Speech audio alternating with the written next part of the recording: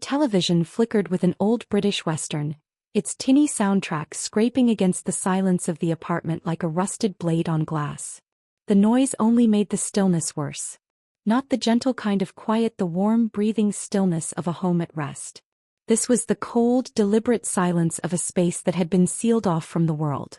I knew the difference better than most. The Christmas Eve wind found its way through the gaps in the window frame, carrying the bite of frost. Outside, the sky was clear and pitiless, the sunset bleeding across the horizon in streaks of bitter orange. It was 5:40 in the afternoon, and I had just walked through the door from the army base when my phone buzzed in my coat pocket. The screen read, Fiona. My daughter. 34 years old. This Christmas I'd at least hoped for a warm phone call. I pressed accept, forcing brightness into my voice. Well. My baby girl finally remembers her mother exists. The laugh on the other end was brittle and hollow. That forced lightness I knew too well. She'd used it her whole life, every time she had something difficult to say. Mom, have you got everything sorted for Christmas? All the shopping done? Nearly. I leaned against the kitchen counter, my fingers tracing the edge of the phone case absently. A long pause stretched between us. I recognized that silence. After a lifetime of reading casualty reports and watching people break bad news, I'd learned to read the pause before the blow. My stomach dropped. What's wrong? Just say it. Nothing, it's just, this year, Dad and Amelia are hosting Christmas dinner. She was stammering now, each word a little knife. Amelia's parents are flying in from Scotland. You know how much they care about Christmas traditions. I gripped the phone tighter, my knuckles whitening. That's nice. A proper family gathering. Another silence. Then she said it, the words she'd been rehearsing. We all really want Amelia to feel like she's truly part of the family, you know? To have that sense of belonging. So this year, do you think you could maybe not come? She said it so lightly, as if she were asking me to pick up milk on the way home. I stared at the faded photograph on the fridge. Fiona on her 8th birthday, her face buried in cake and laughter, my hands resting on her shoulders. That smile had once been the whole point of my existence. My throat tightened. And what does that mean exactly? She rushed ahead, relieved to have it out. It'll just be more comfortable with only the immediate family. You understand, don't you? Immediate family. 4 words. 4 little words that gutted 34 years of motherhood, of sleepless nights and skinned knees and school plays and heartbreaks shared, and ground them to dust. The cruelty wasn't in the malice, there was none. It was in the innocence, the way she genuinely believed she was being kind. The way she had simply decided I no longer belonged. I looked out the window. In the car park below, a woman was hauling shopping bags from her boot, calling to someone inside. Through the walls I could hear jingle bells, drifting from the flat next door, warm and cheerful. The whole world was wrapping itself in Christmas, and I was the one person left out in the cold. Mom? You're not angry, are you? I swallowed the fire in my throat, forcing my voice into calm. No, sweetheart. I've had worse Christmases. It wasn't bravado. I'd spent Christmas in a tent in the Kuwaiti desert, in the shadow of Afghan artillery, eating instant mashed potatoes by flashlight. I'd never flinched at any of it. But I'd never imagined that the one thing I couldn't survive would be my own daughter choosing someone else over me. Fiona's relief was audible. Thank you for understanding, Mum. We'll have a wonderful Christmas. Enjoy yourselves. I hung up. The moment the line went dead, my back slid down the kitchen wall until I was sitting on the cold tile floor. Across the room, the artificial Christmas tree, the same one I'd put up every year since 2014, leaned crookedly against the wall, its lights still dark. Hanging from its branches were Fiona's primary school crafts. A crooked star made of glue and glitter, a wooden bell, a lopsided snowman built from popsicle sticks. And perched near the top, a small brass angel ornament, the only thing my mother had left me. I stared at that angel until my eyes burned. My mother had pressed it into my palm on her deathbed, when I was 29 and Fiona was just learning to walk. Take it, she'd said. I'm an atheist, you know that, but this thing's been with me 40 years. It's got something. She'd believed I was just a logistics officer, shuffling papers and managing supplies. She died thinking I had a safe, ordinary life. If she could see me now, see her granddaughter turning me away, what would she think? I don't know how long I sat there. Long enough for the sky to go black and the music next door to shift from carols to party tracks, laughter and clinking glasses bleeding through the walls like sounds from another world. Eventually I pulled myself up, my legs numb, and switched on the tree lights. The tiny white bulbs flickered to life, illuminating the brass angel and the faded crafts from Fiona's childhood. I reached up and touched the angel's wing, my finger tracing the smooth worn spot where my mother must have rubbed it 1,000 times. The warmth of my skin melted the chill of the brass. "Mom," I whispered. "They pushed me out. My own daughter, she cut me out of the family." The angel said nothing. But somewhere deep in my chest something cracked. Not sorrow. Not rage. Something older than either, something that had been sleeping for decades, shifting in its sleep. I didn't eat that night.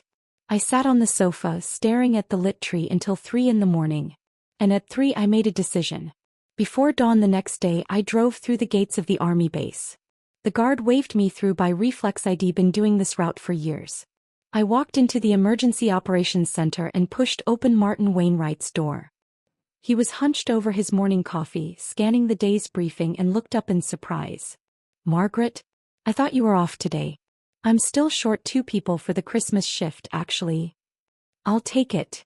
My voice left no room for argument. He blinked. "You're sure? You just pulled a double at Thanksgiving. You've got family plans, surely?" A thin smile crossed my face. "Plans fell through. I've got nowhere to be. I'm perfect for the shift." Martin had been in the service long enough to read between the lines. He didn't push. Just nodded. By noon, word had spread around the base Margaret Ashford had volunteered for the entire Christmas overnight. Young Lieutenant Oliver Harris tracked me down in the corridor, his face a mask of disbelief. "Ma'am, you're really giving up Christmas with your family to sit in here? My wife would never forgive me." "The lights have to stay on," I said. "Someone's got to keep them burning." That evening I stopped at the supermarket. The queues snaked through the aisles, everyone scrambling for last-minute supplies. In front of me, a small boy was clinging to his grandmother's leg, whining for Christmas candy. She relented with a sigh and a smile, and he lit up like she'd handed him the moon. I watched them, and the bitter irony hit me like a wave. Everyone had someone. Everyone belonged somewhere. Everyone except me. Back in my flat, I microwaved a bowl of tomato soup, curled into my armchair, and put on the same grainy old western that had been playing the night before. Gunfire and hoofbeats filled the room, but the loneliness crept in anyway, rising like cold water until I was submerged in it. I thought that was the worst of it. That I had hit rock bottom. Then the phone rang at midnight. Christmas morning, 12:03 a.m. The western was still playing. The cowboy had finally cornered his enemy on a cliff edge, the wind howling between them. I was half asleep in my chair, my coffee long gone cold. My private phone lit up, the glare cutting through the dim room. Fiona.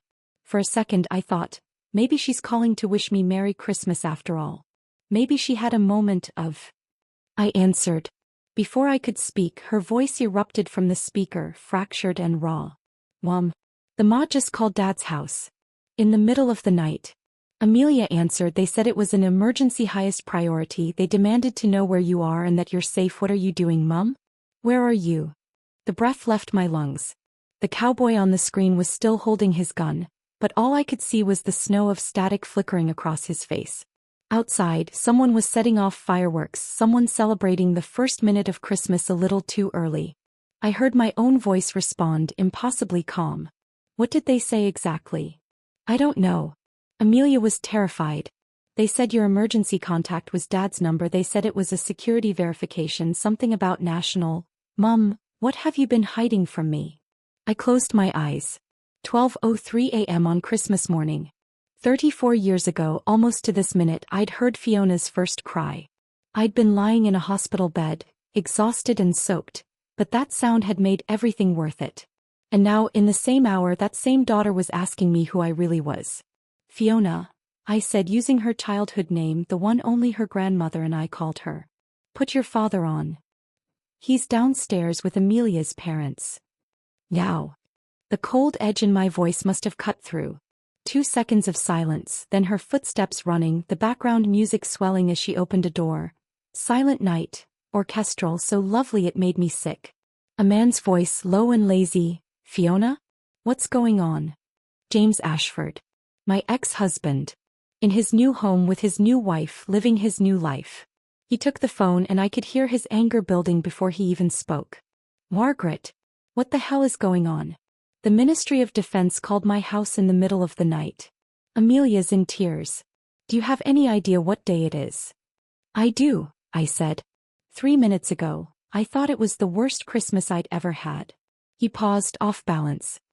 He still expected the woman he'd divorced, the one who swallowed her pride and kept her voice soft. He had no idea what I'd been doing in that operations center at 3 in the morning for all these years. The death notifications I'd signed. The emergency logistics I'd run, redeploying supply chains from Norfolk to Scotland in 5 minutes flat. Margaret, listen to me. No. You listen. I cut him off. They called you because your number is still listed as my emergency contact. I never updated it after the divorce. At midnight, my status triggered an automatic security check. It escalated to highest priority because of circumstances I can't explain to you right now. They called to make sure I was alive. That's all. What kind of security check? You're a logistics officer. James, I don't have time. Tell them I'm fine. Tell them everything is normal. Then hang up and enjoy your Christmas party. If you want answers, call me tomorrow. But tonight you have nothing to worry about. Another long silence. I could hear Amelia's shrill voice in the background. Who is it? What's happening? James muttering, it's fine, just something from Margaret's work. Amelia's relieved complaint. On Christmas Eve? Couldn't she have handled this herself? Then Fiona, small and scared, Mum's really okay? And James, dismissive, she said she's fine. Don't make it into something. Then James came back on the line, his sharpness deflated. Margaret, what are you? Good night, James. Merry Christmas. I hung up first. The screen went dark, and in that moment the Western movie ended too, the credits rolling silently across the screen. My fingers were shaking, but I wasn't sure if it was fear. Maybe it was something else. Something that had been buried for too long, pushing its way up through the cracks. I stared at the time. 12:04. 12:03 a.m. A marker I would remember forever, just like I'd never forget 1991, when I sat in a command tent in Kuwait, watching the first coordinates of Desert Storm appear on the screen. I'd been 26 and I'd thought I understood the word irreversible. I understood it now. You make a choice and you don't even know you're making it until the die is cast. My phone lit up again. An unknown number, 12:17 a.m. A single line. Cheltenham's alarm has been suppressed for now. But your file was accessed 3 times at midnight. Still sure you want to proceed? I stared at the words for a long moment. The fireworks had stopped. The town was silent again except for the low gurgle of the radiators. I typed 2 words back. Keep going. The moment I sent it, I heard something shatter. Not a sound, but a feeling, something deep, something locked away, splintering. A dam. A cage. I didn't know what it would unleash, but I knew one thing. From this moment on, my daughter would see me differently. My ex-husband would question what he'd thought he knew. And everyone who had dismissed me, who had cast me out of family, would learn exactly who they'd pushed away. I stood up, walked to my bedroom and pulled a flat black metal box from the bottom of my wardrobe. It was the size of a hardback book, with a long dent in one corner from an emergency evacuation years ago. I pressed my thumb to the lock. Inside were 3 things. A dark red passport, a silver badge and a worn photograph folded so many times the edges were frayed. The photograph showed 5 people, 4 in uniform, 1 in civilian clothes. Desert behind them, a few twisted trees on the horizon. I was second from the left, young and short-haired, smiling like I'd never known fear.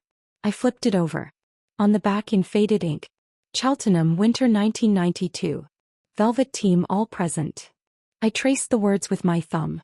Then I closed the box, walked back to the tree and knelt in front of it. The brass angel caught the tree lights, warm and golden. I rubbed my thumb across its surface, wiping away a thin layer of tarnish. Mum, I whispered. I'm going to tell them everything.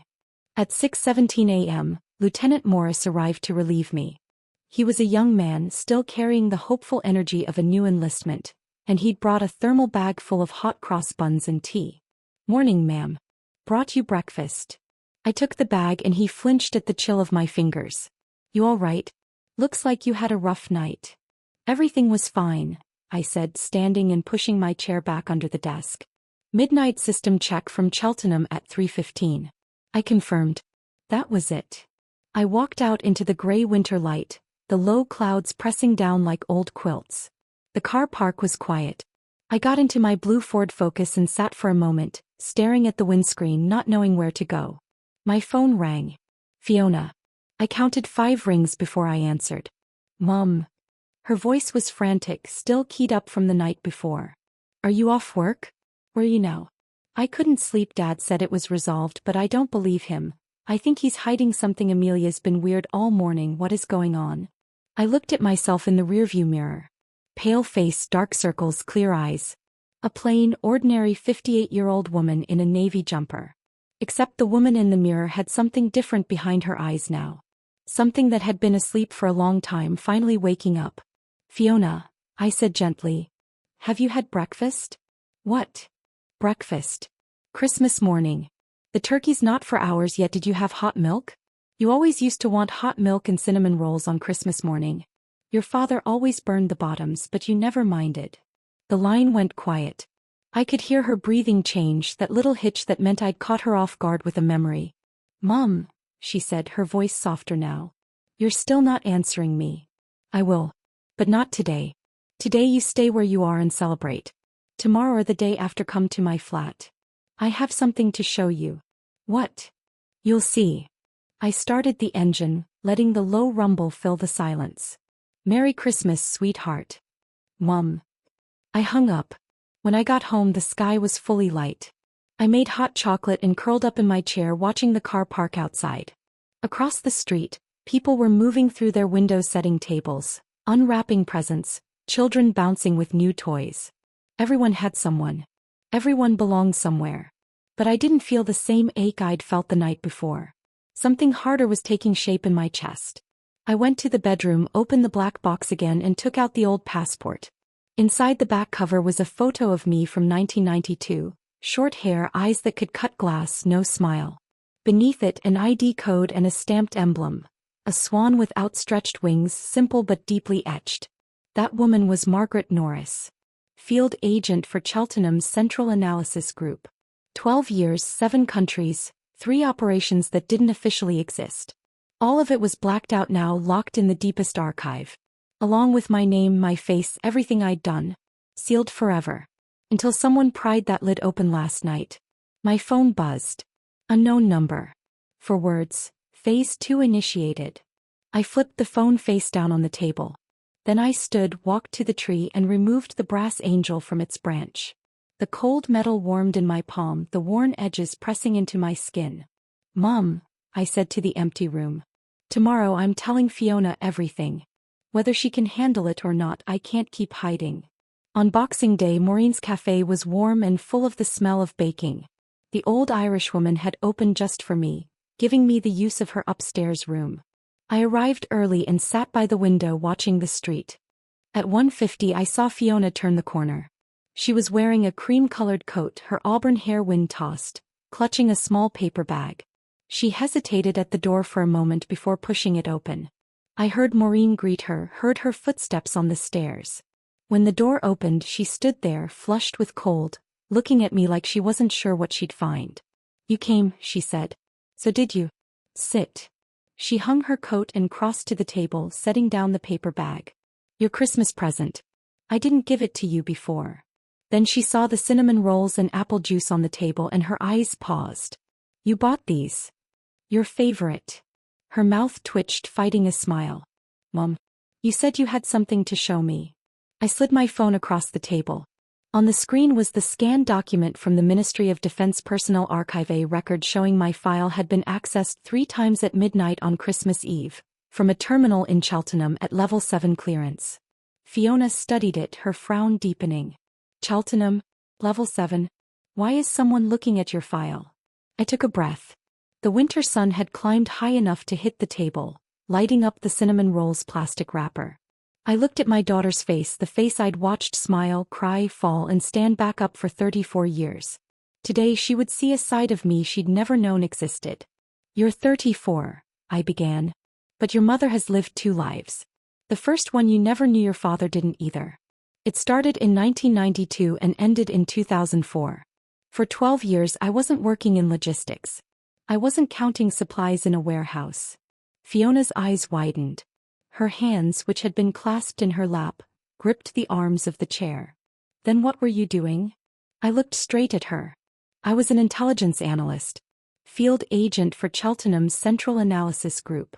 12 years, 7 aliases, 7 countries, 3 operations that never made the records. My team was called Velvet. My call sign was H0731. Fiona went still. Completely still, like the moment after a gunshot when you're waiting to see if anything moves. A dried leaf from the windowsill arrangement spiraled down onto the table. She stared at it for a long time before lifting her eyes to mine. You lied to me my whole life. Her voice was flat, like ice just beginning to freeze. Yes. To everyone. Your grandmother. James. Everyone. Why? Because the secrecy agreement had clauses. When I left Cheltenham, I was reassigned to logistics as cover. My entire file was redacted. I was supposed to take it to my grave. Fiona's breath quickened. So last night the ministry calling someone found out? Someone's looking for you. Someone accessed my file. 3 times. Probably to check if I was still alive, still in place, still capable of activating something. Activating what? I took a sip of my tea, letting the warmth settle before I answered. I'm starting a process, Fiona. A process that will unseal part of my classified history. When it does, people in the ministry will know. Cheltenham will react. Your father and Amelia might find out. I wanted you to hear it from me first. Fiona's eyes reddened. You're telling me this now because I asked you not to come for Christmas? Because I cut you out of the family? Her voice cracked. Are you punishing me? No. I reached across the table and took her clenched fist in my hands. I'm not punishing you. I'm telling you because when you said what you said, I realized something. If I never told you, you'd only ever know the woman who was too inconvenient to invite to Christmas. You'd never know what that woman actually carried. Fiona dropped her head. Her shoulders shook small tremors like branches in a light breeze. I didn't reach for her. She needed time. 3 minutes passed. Then she lifted her head, eyes still wet but something solid settling behind them. Okay. Her voice was rough. Tell me. What happens now? What does this process do? Are you going to get taken away? Am I going to lose you? The last words cracked open. I held her hand tighter. You're not losing me. But people who didn't know about my past are going to find out. They'll know who I really am. They'll know why I've been in logistics all these years.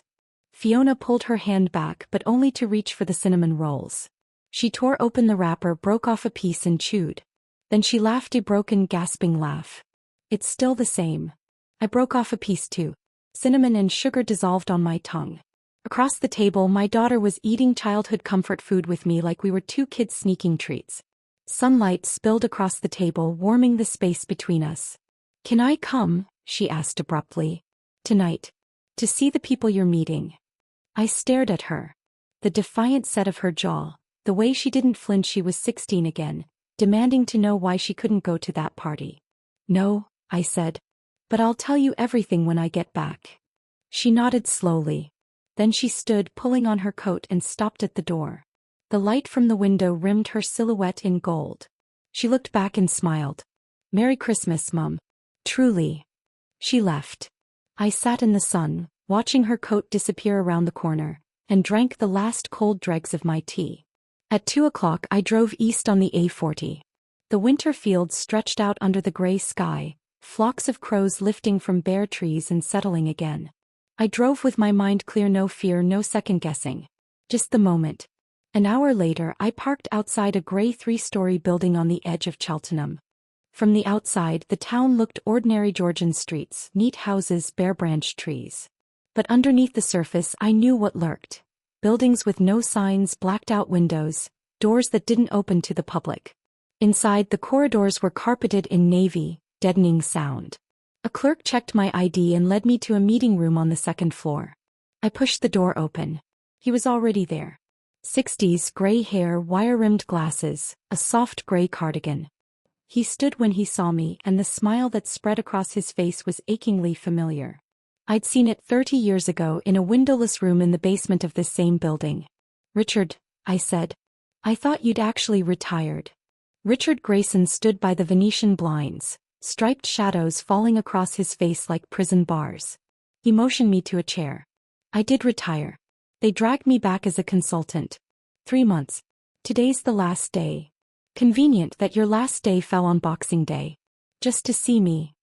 He laughed and poured Tyrrell Grey, the smell of bergamot rising with the steam.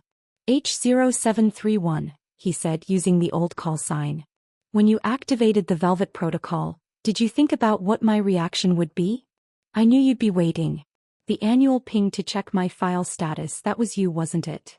I wrote the script myself. He said it without shame. Hidden in a maintenance process. 24 years no one noticed. 3 seconds every year.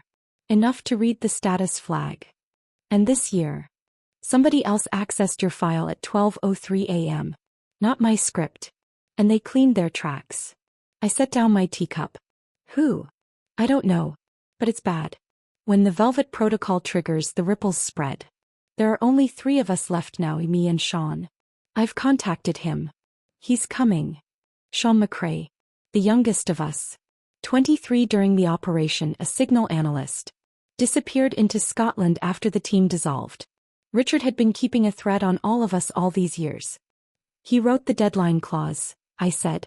4 years from now, the protocol expires if not triggered. Sean always said we needed a time limit. We can't hang in midair forever. Richard's voice softened. He was right. Some things need a conclusion. At 4, Richard led me downstairs. The walls shifted from pale gray to darker blue, the lights warmer and further apart. At the end of the corridor, a heavy dark green door. Richard turned the latch and pushed it open. Inside, a small room, wooden table for chairs, a tired projector in the corner. A burly gray-haired man stood at the window looking out at a courtyard. He turned when we entered. That face had been pared down by time. High cheekbones, a hard jaw, pale gray-blue eyes sunk deep in their sockets. He looked at me like he was recognizing something from a long way off. H0731. His voice was sandpaper. Sean. I sat. He sat opposite me, his scarred hands flat on the table. I never thought I'd see you again, he said. I thought you'd let it die with the rest of us. I thought I would too. Sean slid a folder across the table, the response form for the Velvet Protocol. I signed my name, then added my old call sign in smaller letters. The ink bled a little on the paper. Sean's signature was already there, scrawled and impatient. I looked at Richard. You said there was a third person. Richard went to the corner cupboard and brought out a file box. Inside, a sheaf of handwritten pages bound with string. He placed it in the center of the table. She's not here, he said quietly. She won't be coming. But she left these behind. Catherine Moran, our commander. She was dying in 2001 when she wrote these. She said if the protocol ever triggered within 40 years, these should be read. I touched the cover. The paper was rough and warm. Catherine, the Irishwoman who'd held us together, who'd refused to sign the sealing order and died alone in a forgotten post. She'd left her own record of what really happened in Prague. I opened the first page. There was only one line in her neat, slanted hand. Some things can't be taken to the grave because they never belong to any one grave. They belong to the years we lived. I closed the book. I'll read it. But not tonight. Tonight we sit here and confirm the protocol and then we go home. The rest comes later. Sean nodded. Richard put the file back. The room settled into silence, not awkward but deliberate. 3 people who'd carried the same weight for 30 years, finally in the same room, not needing to speak. At 5 I left. Richard walked me to the car park, his breath misting in the cold. He hesitated, then clapped my shoulder once. Next time we meet, he said, we'll have to lay the rest of it out. Be ready. I've been ready for a long time. I drove home in the dark. The lights of the town fell away behind me, leaving only the open road and the low pulse of the engine. In my mind I saw Fiona's face, that mixture of shock and something stronger, something almost like relief. She was stronger than I'd given her credit for. Maybe I'd spent so long protecting her that I'd forgotten she could stand in the wind. Back in my flat, I showered, changed into pajamas and sat in my chair with Catherine's manuscript in my lap. The tree lights were still glowing. The brass angel caught them and threw back soft gold. I opened the manuscript to page 2. November 1992. Cheltenham receives intelligence that a foreign network is moving biological material through Europe. The samples are suspected to carry modified pathogens. If they reach civilian channels, the consequences are incalculable. The operation is codenamed Velvet, the softest touch for the sharpest problem. I turned the page, my pulse steadying. Team of 5. Catherine Moran, Command/Coordination, Richard Grayson, Intelligence, Sean McRae, Signals, Margaret Norris, Field/Penetration, and Thomas Harding, Logistics/Extraction. Compartmentalized to ensure one breach doesn't bring down the whole operation. Thomas Harding. Our logistics officer. The one who didn't make it out. His truck skidded off an Alpine road in a blizzard and crashed into a frozen river. His body was recovered with no identification. His family was told it was a traffic accident. They never knew what he'd actually been carrying. December 14th. Margaret enters the target's Vienna liaison office undercover as a procurement agent. 3 days later, she confirms the samples are being held in a disused industrial warehouse outside Prague. She's the only one who could have done this. Her language skills and cover are exceptional. I stopped reading and closed my eyes. Vienna, 1992. I'd walked into that gray building in a rust-colored woolen coat, a fake ID in my bag and a tiny recorder hidden in my lipstick tube. My German had a Cologne accent. My cover said I was born in Austria, raised by a Viennese mother. I'd had coffee with their contact 4 times, smoked 6 cigarettes with him, slipped a listening device into his desk drawer. He told me I was clever and pretty. He never knew he was telling me everything. December 17th. Team transfers to Prague. The warehouse has 3 layers of security that weren't in the briefing. Sean needs 72 hours to crack the electronic locks. Richard works on the target's behavioral patterns to find the best infiltration window. Catherine holds the command post. No one sleeps for 30 hours. I saw it again, the freezing basement, Sean's hands shaking from cold as he traced wiring diagrams, Richard muttering calculations against the wall, Catherine's voice steady over the encrypted line. She never broke. Not once. December 20th, Operation Phase. Margaret and Thomas enter through the north ventilation shaft. Richard covers as a plumber. Sean unlocks the digital barriers remotely.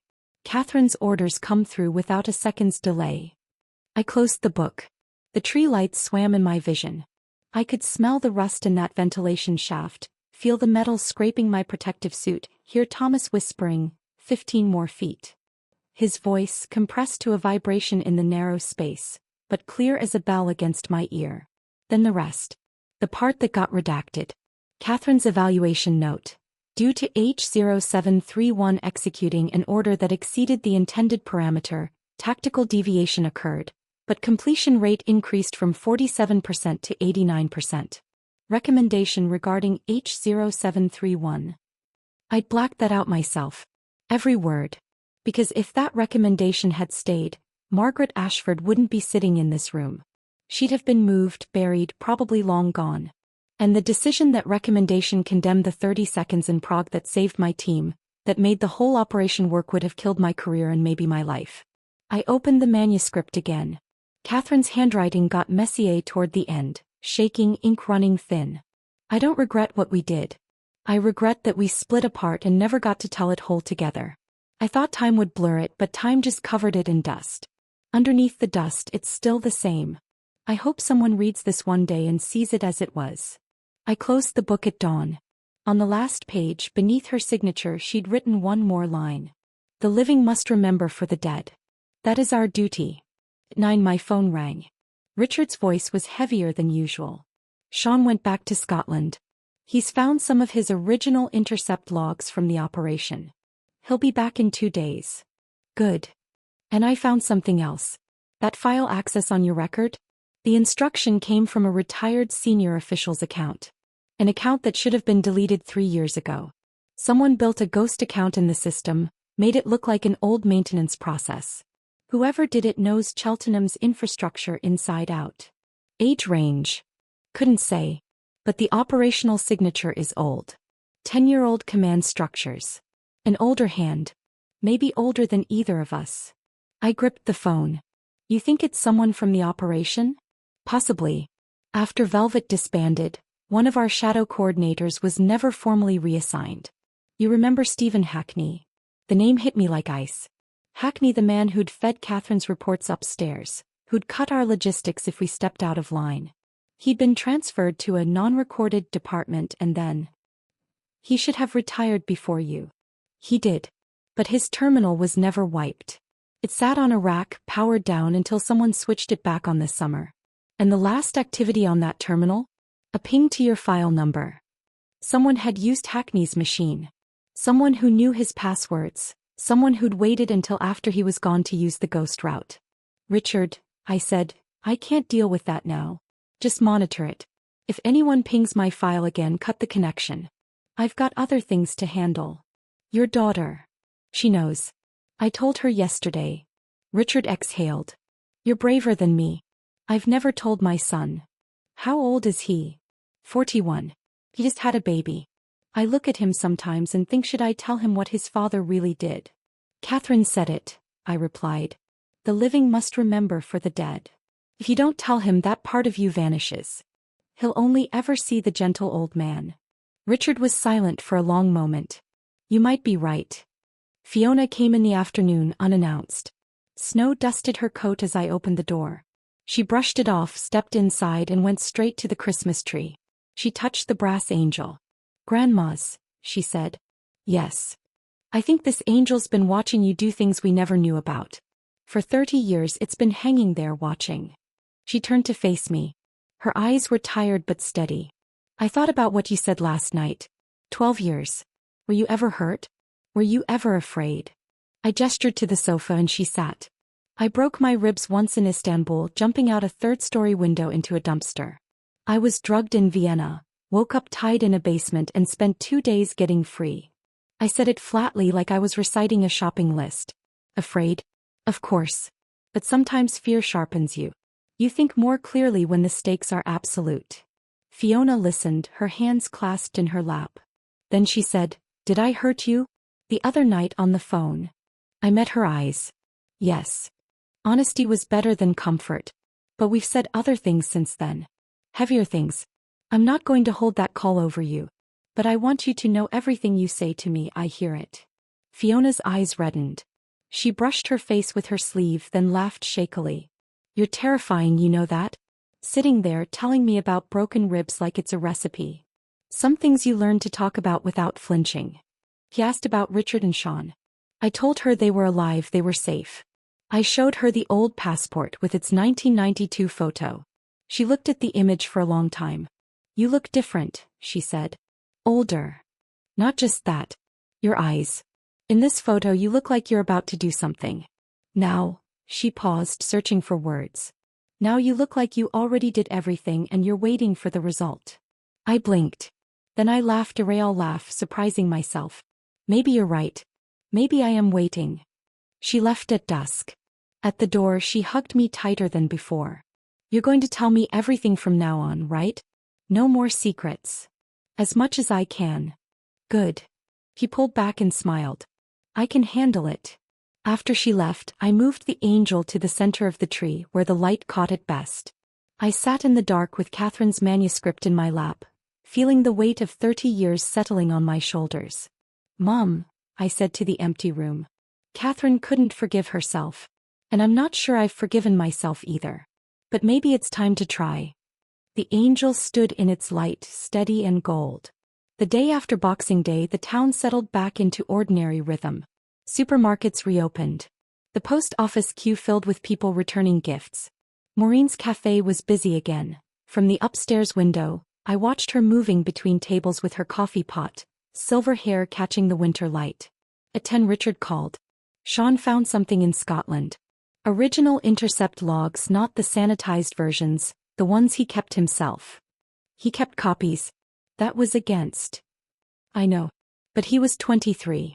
He knew things wouldn't survive intact. His logs show the warehouse held more than biological samples. What else? Documents. A box of paper files. Thomas Harding would have taken them during the extraction, but when the truck went into the river they sank with him. Sean's intercept has a note. Target Warehouse North Wing Mezzanine Paper Documents approx 0.5 cubic meters category unclear suspected to contain sensitive records connected to international political figures. I gripped the phone. International political figures. Half a cubic meter roughly a filing cabinet's worth.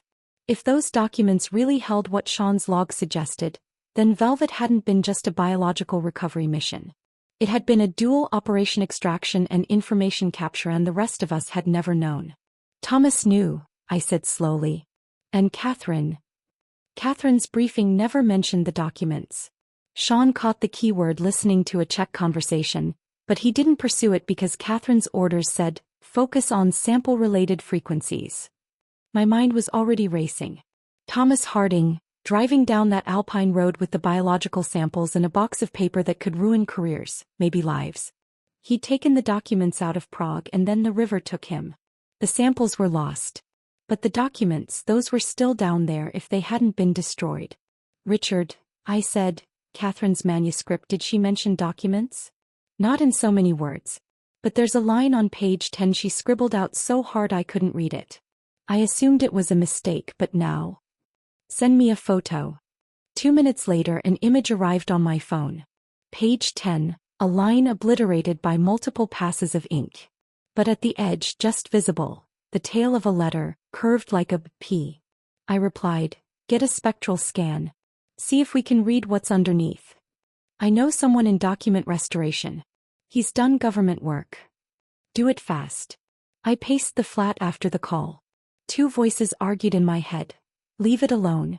It's been 30 years. Let it sink. And the other. Catherine and Thomas gave their lives for that file. You can't walk away.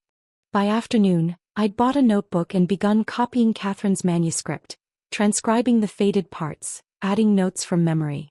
It was slow, tedious work, but halfway through I felt something shift. It was like Catherine was in the room with me, watching me write her final words for a new century.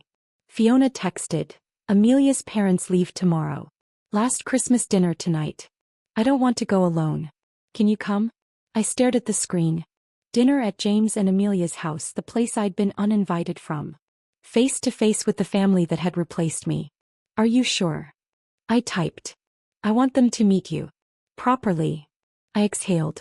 My daughter inviting her mother back into the house that had shut her out. He wanted them to see. He wanted them to know. I pulled out my mother's silver brooch, a small simple thing, and pinned it to my dark blue dress. Then I drove to James's house. The door opened. James stood there, his face frozen for half a second before he stepped aside. Come in. Fiona's in the kitchen. The house was warm. Amelia's parents were in the living room, holding wine and looking politely curious. Amelia herself was in green velvet, tense and forced. Fiona came out of the kitchen in an apron, saw me and beamed. Come sit. I sat. Dinner was awkward but not hostile. Amelia's mother, Diana, loosened after 2 glasses of wine and made a remark about a woman's place being in the home. Ismail here. Every woman defines home differently. You put family first. I put my country first. There's no judgment. The silence was briefly delicious. Fiona caught my eye and barely suppressed a grin. At the end of the night she walked me to the door. Snow was falling again, catching in her hair. She brushed it away and said, I told you. You're my immediate family. Nothing changes that. Back in my flat, I sat in the tree's soft light. My phone buzzed. Richard's message. Spectral scan complete. The line Catherine crossed out reads, the documents Thomas took were copies of personal account ledgers for senior Bank of England officials. The names on that list are still alive. I stared at the screen, my heart steady but cold. Bank of England officials. Personal ledgers. A list of people who had laundered money through hidden accounts, people who were still breathing. People who would do anything to keep that list buried. I looked at the angel on the tree. Mom, I said softly, I think things are about to get very interesting. I stared at the message for 10 minutes. When the screen went dark, I could see my own reflection, deep furrow between my brows, steady eyes, mouth set in a hard line. I lit the screen again and reread the words. The names on that list are still alive. 7 words, each one attack pinning me to the moment. The Bank of England.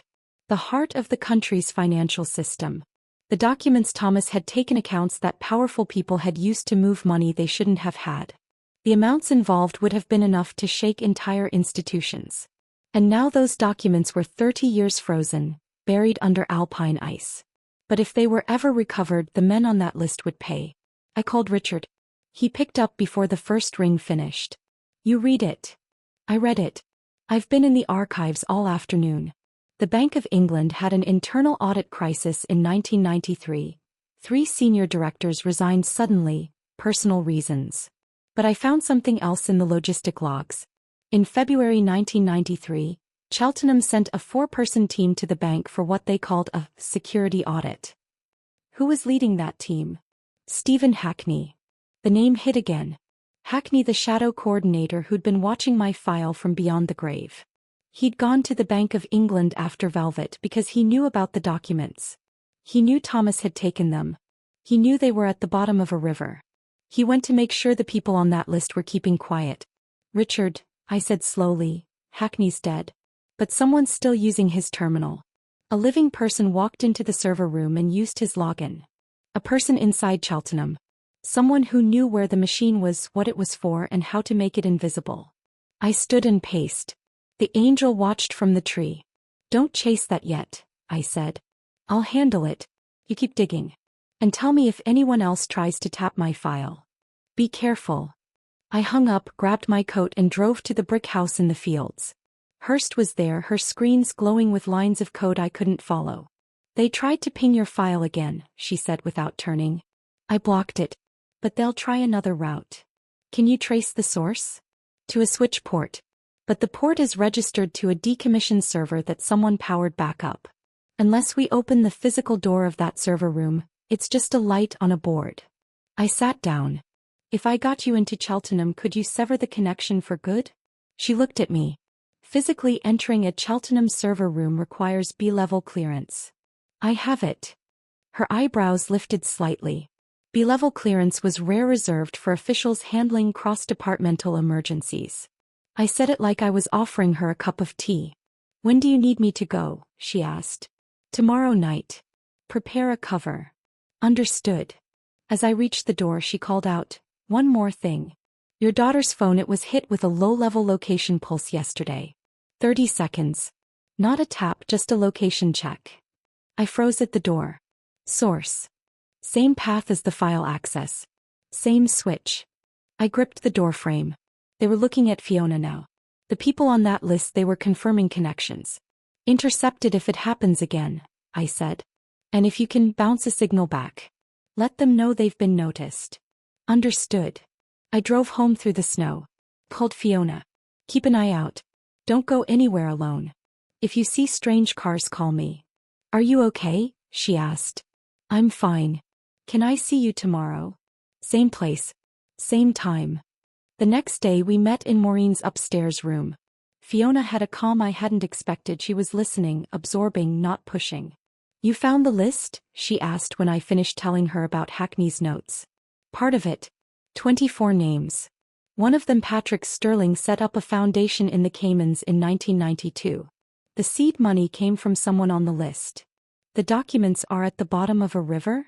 In a box, in a truck, in the ice. But the people who want them to stay there are still alive. And they're watching. Fiona was quiet for a moment. Then she said, if I asked you to stop, would you? I met her eyes. No. She nodded. I didn't think so. She reached into her bag and pulled out a roll of twine. Your tree's crooked. I said I'd fix it. Let's go. We drove to my flat. She knelt in front of the tree, looping the twine around the trunk and securing it to the radiator bracket, pulling it straight. When she stood back, the tree stood upright. There, she said. Fixed. The brass angel caught the light from the window, glowing warm and gold. I looked at my daughter standing in front of my Christmas tree with her hands covered in dust and twine, and felt something release in my chest. Thank you, I said. Next time it leans, tie it again. As many times as it takes. That evening after she'd gone, I sat in the quiet of my flat and let the day's weight settle. The tree stood straight for the first time in years. The angel perched at its center, brass glinting in the string lights. Hurst had called. The physical link to Hackney's terminal was severed. The ghost account was dead. For now we had silence on that front. But the documents were still down there, the box of ledgers, the names, the connections. And I knew that silence wouldn't last forever. Richard's update came at midnight. Sterling Foundation route traced to an active estate in Surrey. Patrick Sterling is 92, retired, lives under protective privacy status. Same status as Salisbury. Someone's been protecting these men for 30 years. I turned off the light and lay in the dark listening to the radiators. Outside, the snow had stopped and the stars were cold and bright. Somewhere in the distance, a car engine turned over and faded into the night. Somewhere, in a warm house, a woman was moving through the same hours I was lying through. Another woman, maybe in a different country, maybe older, maybe younger, was staring at a photograph or a document or a letter, and thinking the same thing I was thinking. The truth is still down there. Under the ice. Waiting. I closed my eyes. The angel glowed from the tree, soft and steady, holding its watch over the dark room. "Mum," I whispered. "I'm not done yet." No one answered. But in the silence I felt the shape of something taking form, a decision, a direction, a path that would lead me forward. I smiled in the dark and let myself sleep. I woke before dawn, the cold gray light seeping through the curtains like diluted ink. The angel still glowed faintly from the tree, its brass surface holding the last traces of the night's warmth. I lay still for a long moment, listening to the radiators gurgle and the distant hum of a car passing on the wet road. The silence was no longer oppressive, it felt like a held breath, waiting for me to speak. I sat up and reached for my phone. No new messages from Richard, no alerts from Hurst. The quiet was unnerving, the kind that preceded a storm. I dressed quickly, made coffee, and sat at the kitchen table with Catherine's manuscript open in front of me. I'd read it twice now, but certain passages kept pulling me back, the ones about Thomas, about the documents, about the choices that had been made in the dark. The line from the spectral scan was burned into my memory. The names on that list are still alive. 24 names, and at least 2 of them, Salisbury and Sterling, were living under protective status. Someone had spent 3 decades building a wall around these men. And that someone, whoever they were, had access to Cheltenham's systems, to Hackney's terminal, and to my daughter's phone. I set down my cup and called Hurst. She answered on the first ring, her voice crisp and alert. "I was about to call you. Something came through overnight, an encrypted message routed through 3 different proxies before it hit my trap. It wasn't a ping this time. It was a direct communication." "From whom?" "Anonymous, but the signature matches the same ghost infrastructure." The message was short. "You're pulling at threads that lead to living people. Stop now and no one gets hurt." I felt my pulse tighten, but my voice stayed level. "They're threatening me. They're threatening everyone connected to you." The message was sent from a node that also pinged your daughter's phone twice more last night. "Just pulses. No data extraction, but they're marking her location." I closed my eyes. The kitchen was quiet except for the drip of the coffee maker. Outside, the first birds of the morning were beginning to stir. Can you trace the physical source of that node? It's not in Cheltenham. It's bouncing off a relay in Surrey, a private telecom hub near the estate where Patrick Sterling lives. Sterling's estate. The 92-year-old retired financier, living out his last years under protective privacy, surrounded by walls and security that had been erected decades ago. He was the thread. Pull him and the whole tapestry might unravel.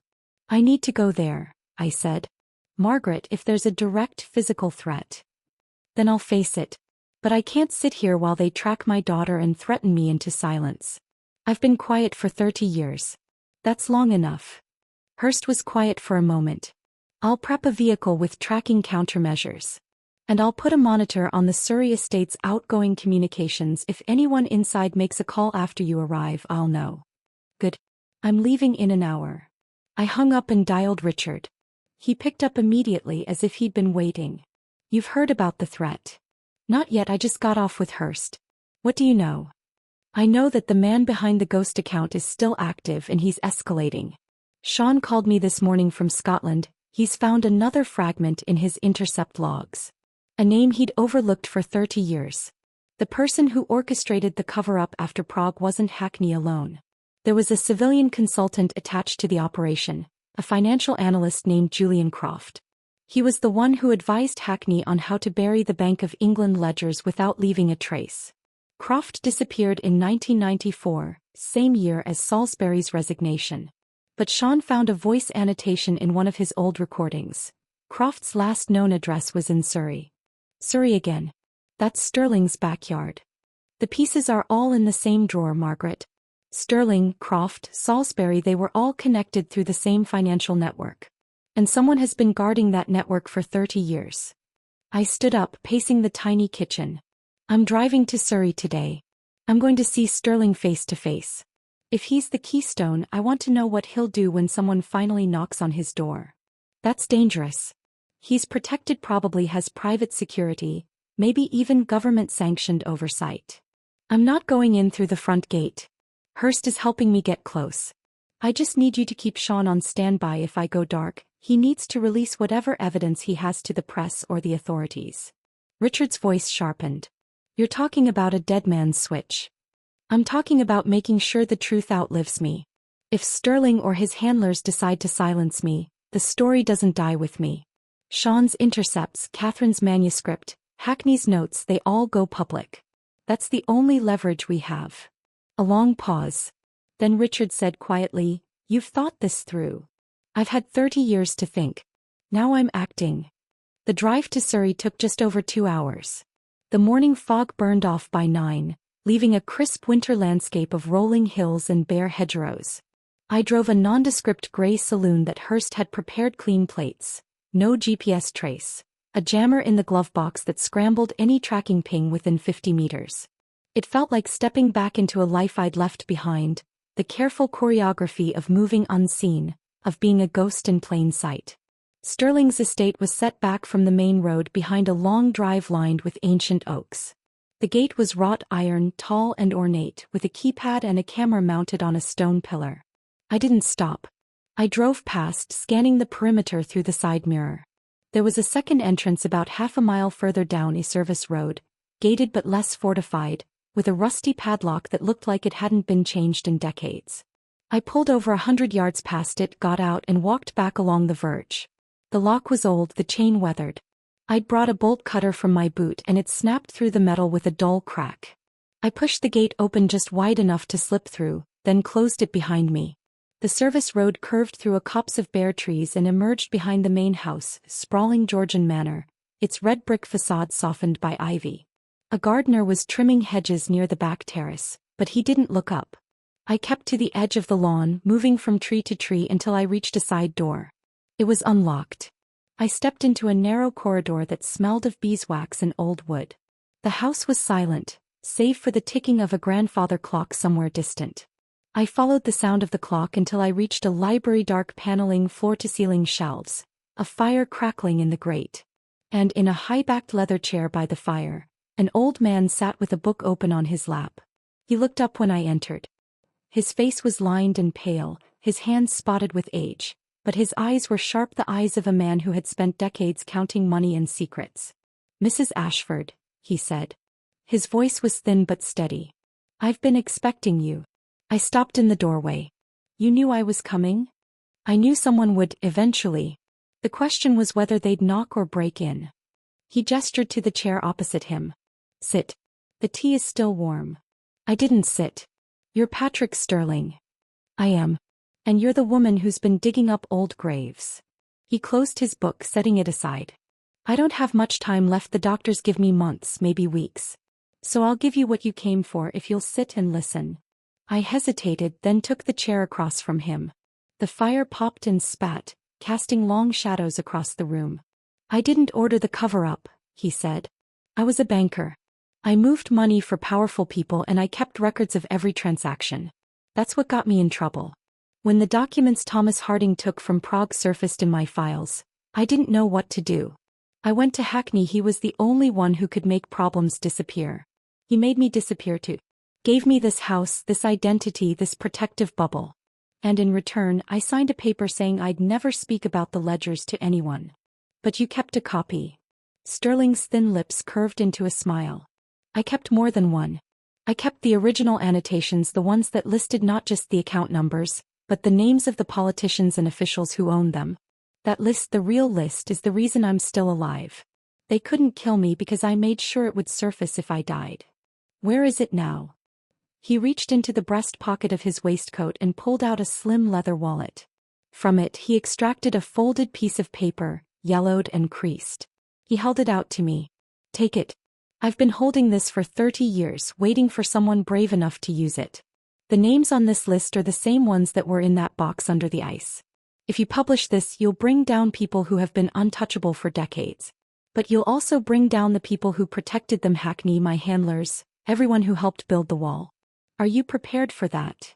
I took the paper, unfolding it carefully. The names were written in a precise, cramped hand, 27 of them, each with a date, a bank code and a sum in sterling. Some of the names I recognized from old newspaper headlines. Others were obscure, but their positions, directors, ministers, security officials, told me everything I needed to know. I'm prepared, I said. Sterling nodded slowly. Then you should leave now. They'll have noticed the service gate by now. My security team is loyal to the estate, not to the people who put me here. But there are others, men who monitor this property remotely. They'll be here within the hour.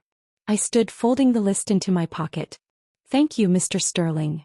Don't thank me. Just make sure they pay for what they did. I left through the side door and retraced my path through the trees, slipping back onto the service road and out to the car. The gray saloon started without a sound. I drove fast, heading north, my hand resting on the folded paper in my pocket. An hour later I pulled into a lay-by and called Richard. I have the master list. Sterling gave it to me willingly. Margaret, are you safe? For now. But he said the property is monitored. They'll know I was there. They'll come for the list. Bring it to Cheltenham. Sean is back with the intercept logs. We can cross-reference everything and prepare a consolidated file for submission to the Oversight Committee. I glanced in my rearview mirror. A black saloon was approaching fast, too fast for the winding country road. I think I've got company. I'll lose them and meet you at B7 in 2 hours. I pressed the accelerator, taking the next bend at speed. The black car followed. I swerved onto a narrower lane, kicking up gravel, and then onto a dirt track that cut through a wood. The black car hesitated at the entrance, then pulled in behind me. I drove blind, branches scraping the sides of the car, until the track opened onto a small clearing. I killed the engine and sat in the sudden silence. The black car stopped at the edge of the clearing, its driver visible through the windscreen, a stocky man in a dark suit, phone pressed to his ear. I opened the glove box and pulled out the jammer Hurst had given me. I flicked it on. The man's phone went dead. He looked at it, looked at me, and then got out of the car. I got out too. We faced each other across the clearing, the winter sun low and cold behind him. You've got something that doesn't belong to you, he said. I've got something that belongs to the truth, I replied. And I'm not giving it up. He took a step forward. I held my ground, my hand in my coat pocket. I wasn't carrying a weapon, ID never needed one, but I had Catherine's manuscript in my other pocket, and the list in the inner pocket. If he took me, those would be lost. But I also had Sean and Richard and Hurst and my daughter. I wasn't alone anymore. I know who you work for, I said. I know about the estate in Surrey, about the ghost accounts, about the people you've been protecting for 30 years. The list is already copied in 3 separate locations. If I don't check in within the next hour, the entire thing goes to every major news outlet in the country. The man's face flickered doubt, calculation. He knew a bluff when he heard one, but he wasn't sure if this was a bluff. Let me go, I said, and you'll have a chance to walk away. Take me and you'll be buried with the rest of them. He stood for a long moment, weighing. Then he turned, got back into the black car and reversed out of the clearing. I waited until the engine sound faded completely, then climbed back into my own car and sat shaking in the driver's seat. The jammer was still humming in my hand. I turned it off and took a slow, deep breath. Then I drove to Cheltenham. Richard and Sean were waiting in B7. The room was cluttered with papers now. Sean's logs spread across the table, Richard's notes pinned to the corkboard, Catherine's manuscript open beside them. I laid the list on top of everything else. 27 names, I said.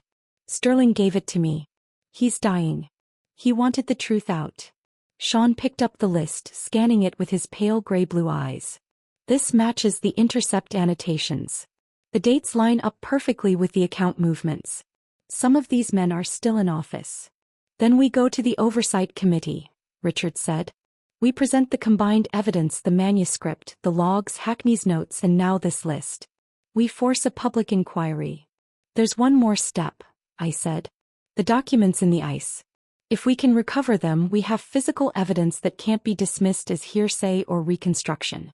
Thomas Harding took them out of Prague. They're still down there. Sean looked up sharply. You're talking about a recovery operation in the Alps. In winter. That's impossible. It's not impossible. It's dangerous and expensive, but not impossible. I've already made contact with a private salvage firm that specializes in cold water recovery. They're willing to start feasibility studies if I can guarantee funding and legal cover. Richard's face was pale. Margaret, the people on that list will stop at nothing to keep those documents buried. If they know we're looking for them. They already know. They tracked me to Surrey, they've been monitoring my daughter, they've sent threats. Running scared won't stop them. Only action will. The room fell silent. Sean looked at the list, then at me, then at Richard. Finally he nodded. If you're going, I'm going. I was there in Prague. I saw what we took. I owe it to Thomas to see this through. Richard sighed, then nodded as well. I'll manage the legal side. We'll prepare a sealed submission to the Oversight Committee, to be opened only if we fail to report back. But Margaret, promise me you'll be careful. You have a daughter who loves you. I thought of Fiona, of the way she tied up my Christmas tree, of the defiance in her voice when she'd said, I can handle it. I smiled. I promised her I'd come back. I always keep my promises. 3 weeks later, I stood on a frozen lakeside in the Austrian Alps, watching divers descend through a hole cut in the ice. The water was black and deep, the temperature far below freezing. Beside me, Sean stood with his hands in his pockets, his breath misting in the thin air. It's down there, he said. The truck is buried in silt, but the salvage crew's sonar picked up a metal box about 50 meters from the main wreck. That's got to be it. I didn't answer. I just watched the bubbles rising from the darkness below, waiting. After 40 minutes, the divers surfaced. One of them held a sealed container, dripping with icy water. He hauled it onto the ice and cracked it open. Inside, wrapped in layers of deteriorated plastic, was a stack of paper-stained, brittle but still legible. The ledgers. The original ledgers. I knelt beside the container, touching the edge of the top page. The ink was faint, the paper fragile, but the numbers and names were there, the same names as on Sterling's list, the same codes, the same dates. Now, I said quietly, we have everything. Sean knelt beside me. What do we do now? I looked up at the gray sky, at the peaks surrounding us, at the thin line of sunlight breaking through the clouds. I thought of Catherine and Thomas and my mother and my daughter. We go home, I said. And we tell the truth. We packed the ledgers into a reinforced case and flew back to London that night. Richard met us at the airport with a legal team already on standby.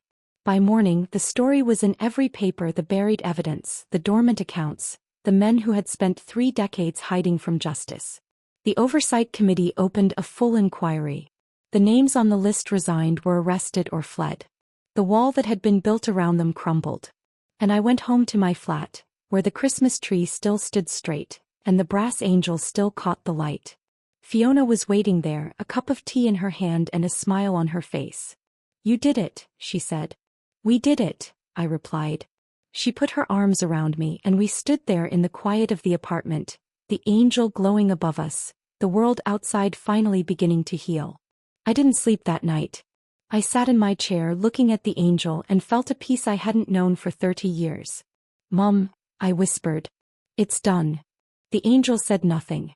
But the light on its surface was warm and steady, and I knew somewhere, somehow, that she was proud of me.